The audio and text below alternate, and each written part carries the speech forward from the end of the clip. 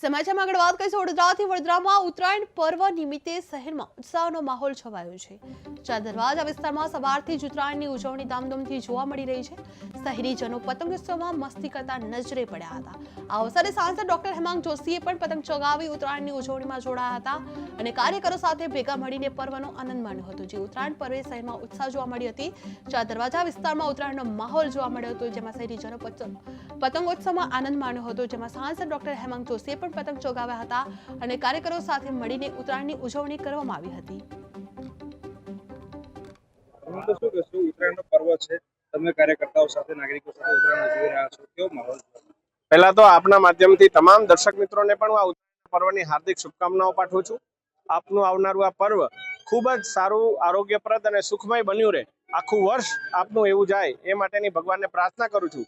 અને આજે આ ઉત્તરાયણના પાવન પ્રસંગે ભારતીય જનતા પાર્ટીના સાથી કાર્યકર્તાઓ સાથે મળી અને અમે સૌ સાથે